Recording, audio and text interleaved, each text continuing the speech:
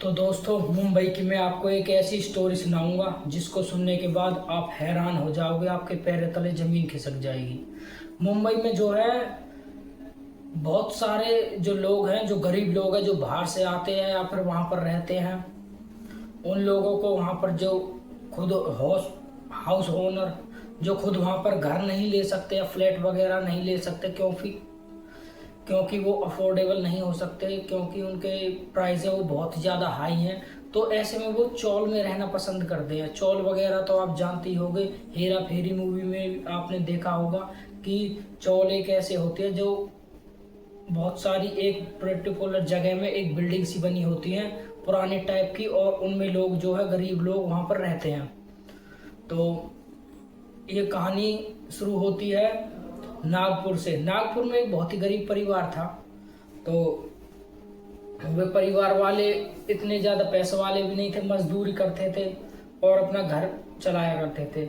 उसके बाद क्या होता, उनके वहाँ पर बाढ़ आ जाती है। बाढ़ आने के बाद उसके घर वाले उससे बोलते हैं, मम्मी पापा, कि तुम अपने बीवी बच्चों को लेकर जो है मुंबई चले जाओ, और वहाँ मुंबई में तुमको जॉब मिल जाएगी या फिर वहाँ मजदूरी कर लेना। वहाँ तुमको अच्छे जो है सैलरी भी मिलेगी, यहाँ से अच्छी सैलरी वहाँ पर मिल जाएगी, मजदूर भी यहाँ से अच्छी है। तो तुम वहाँ अपने बीवी बच्चों को लेकर चले जाओ, बच्चों को पढ़ाई के लिए वहाँ पर स्कूल में एडमिशन करा लेना, बच्चे अच्छे से पढ़ेंगे लिखेंगे। मैं और तुम्हारी माँ तो यहीं रह लेंगे गाँव में। थोड़ा बहुत खेत है, जब बाढ़ सूख जाएगी, पानी चला जाएगा, उसके बाद देखेंगे खेत में क्या करना है, थोड़ा बहुत पैसे भिजवा देना। तो वो उनका एक लौता ही लड़का था जिसकी उन्होंने शादी कर दी थी। उस लड़के पे एक लड़की 11 साढ़े 11 साल की और एक बच्चा था छोटा। तो ये कुछ दिन तो सोचता है, लेकिन एक दिन ये समझ जाता है कि यार मुझको जाना तो पड़ेगा, क्योंकि घर के हालात बहुत ही ज़्यादा बेकार हैं और इस टाइम घर का खर्चा चलाने के लिए भी पैसे नहीं हैं। तो ये अपने बीवी बच्चों को लेकर तैयार करने के बाद और अपने माता पिता से विदाई लेने के बाद रेल पकड़ के पहुंच जाते हैं मुंबई। और मुंबई में ये पहले तो कोई रूम वगैरह ढूंढ रहे थे रहने के लिए। खूब तलाश करने के बाद इनको रूम कोई भी अफोर्डेबल प्राइस में नहीं मिला, क्योंकि रूम के जो रेट है वो बहुत ही ज़्यादा हाई थे। तभी एक शॉप पर बैठे थे, वहाँ इन्होंने चाय वगैरह पी। तो उस शॉप वाले ने इनसे बोला कि यार तुम यहाँ के तो नहीं लगते, तुम यहाँ कर क्या रहे हो, या फिर तुम कोई परेशान हो, किसी से मिलने आए हो। तो इन्होंने उस शॉप वाले से कहा, नहीं चाचा जी, हमको यहाँ पर जो है हमारे वहाँ पर बाढ़ आई हुई है, हम काम की तलाश में यहाँ पर आए हैं और कोई रूम वगैरह देख रहे थे जो कि मिल जाए सस्ते प्राइस में, और अभी तक तो कोई नहीं मिला, क्योंकि रूमों के बहुत ज़्यादा हाई रेट जो है यहाँ पर हैं।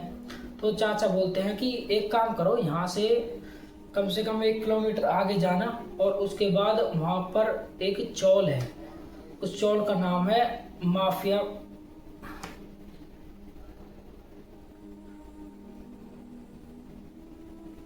उस चौल का नाम है खांडिया वाला।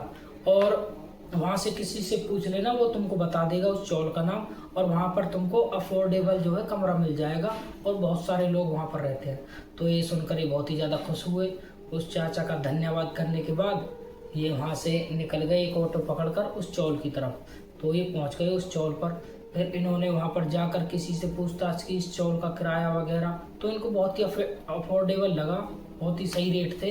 तो इन्होंने वहाँ के डीलर से बात की, तो डीलर ने इनको बताया कि हाँ तुमको मिल जाएगा, बढ़िया एक रूम खाली है, मैं तुमको वो दे दूंगा।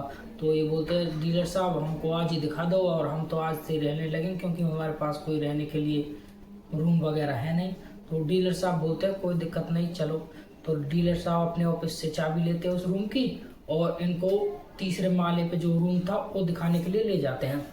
जैसे ही डीलर साहब दरवाज़ा खोलते हैं, दरवाज़ा खोलने के बाद वो देखते हैं कि इसमें से बहुत ही बुरी बदबू आई है, और पूरे जो रूम है उसमें जाले वगैरह लगे हुए हैं, धूल वगैरह जमी हुई है। उसके बाद ये रमेश बोलते हैं अपनी घरवाली से कि तुम बच्चों को लेकर थोड़ा सा आराम करो, मैं बाज़ार से सामान वगैरह ले आता हूँ, सिलेंडर वगैरह खाने के लिए जो भी है। तो ये बाज़ार से सामान वगैरह लेकर आ जाता है। उसके बाद ये खाना वाना बनाते हैं और उसके बाद ये सो जाते हैं। तो रात के कम से कम 2-2:30 बजे, ये पूरे दिन हारे थके भी थे, तो 2-2:30 बजे कोई इनके दरवाजे पर नॉक करता है, टक टक टक टक। तो ये हैरान हो जाता है, इसकी आंखें खुल जाती है, हैरान हो जाता है यार इस टाइम कौन आया होगा। शायद कोई पड़ोसी होगा या फिर डीलर होगा, जो भी है। तो इसने दरवाज़ा खोला, लेकिन दरवाजे के बाहर कोई भी नहीं। ये हैरान हो गया, यार कौन, अभी तो दरवाज़ा बजा रहा था, अभी दरवाजे के बाहर कोई भी नहीं है। तो ये सोचा यार कोई हवा से या कुछ वैसा ही कोई चूहा वगैरह होगा या बिल्ली वगैरह होगी, तो ठक ठक कर रही होगी, तो कोई दिक्कत नहीं है, अपना दरवाजा लगाता है, दोबारा सो जाता है, लौट जाता है। तो थोड़ी देर बाद फिर दोबारा टक टक टक वही चालू। तो सोचने लगता है यार ये कैसे, कौन परेशान कर रहा है बार बार, कोई बिल्ली भी नहीं आ सकती, कोई नहीं। तो ये खोल कर देखता है, लेकिन दोबारा भी वहाँ पर कोई नहीं। अब इसके दिमाग में जो है उल्टी सीधी चीज़ चलने लगती है कि शायद कोई क्रिमिनल ना हो या फिर कोई मार वार ना दे, क्योंकि चौल में ज़्यादातर ऐसे भी लोग रहते हैं। तो इसके दिमाग में उल्टी से उल्टी चीज़ चलने लगी। लेकिन उस रात तो उनके साथ इसके बाद कुछ भी नहीं हुआ। फिर दूसरे दिन ये स्कूल में जाते हैं, पहले तो बच्चों का नाम लिखाते हैं, बच्चों को स्कूल में छोड़ कर आते हैं। फिर पति पत्नी दोनों अपनी वहाँ पर जो भी है जॉब के लिए, ड्यूटी के लिए जाते हैं देखने के लिए। तो इसको तो जॉब मिलती नहीं, इसकी वाइफ को मिल जाती है, और इसकी वाइफ को मिलती है रात की जॉब वहाँ पर। तो ये बोला ठीक है, तो इतने आप कर लो जॉब, मैं भी डेली देखूंगा जॉब, कहीं मिल गई तो मैं भी करने लगूंगा, वरना फिर मैं भी मजदूरी करूंगा। इसने अपने वाइफ से ऐसा बोला। फिर जब स्कूल से इनके बच्चे आ जाते हैं, ये भी अपने घर आ जाते हैं, खाना वाना खाने के बाद फ्रेश हो जाते हैं, और इनकी वाइफ जो है वो जॉब पर ही होती है। तो इनके सोने के बाद क्या होता है, इनको रात को किसी के रोने की आवाज़ आती है अपने चौल में से, और ये उसके बाद डर से सहमते एकदम खड़े होते हैं। इनके बच्चे भी सो रहे थे।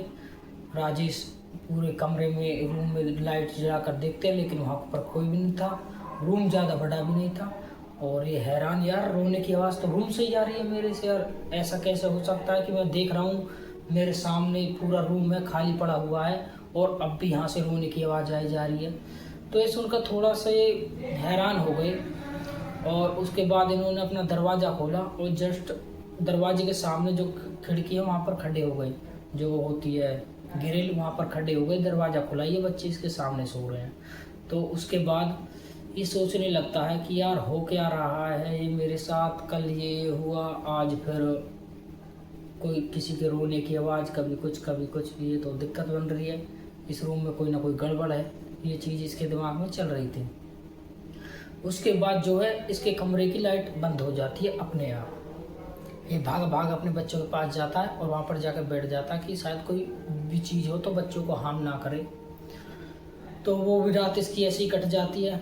रात को ये ज़्यादा सोया भी नहीं था, तो ये अपनी पत्नी को, जब इसकी पत्नी जॉब से वापस आती है, क्योंकि वो पूरी रात नहीं सोई थी, तो अपनी पत्नी को बताता है सारी बात, बच्चों को स्कूल भेजता है, और फिर दोनों सो जाते हैं। तो इसकी पत्नी भी हैरान थी सुनने के बाद। तो पत्नी कह रही थी इससे कि कोई नहीं, तुम्हारा बहम होगा, या फिर कोई वैसे ही अगल बगल में रो रहा होगा, कोई होया होगा, किसी का झगड़ा हुआ होगा।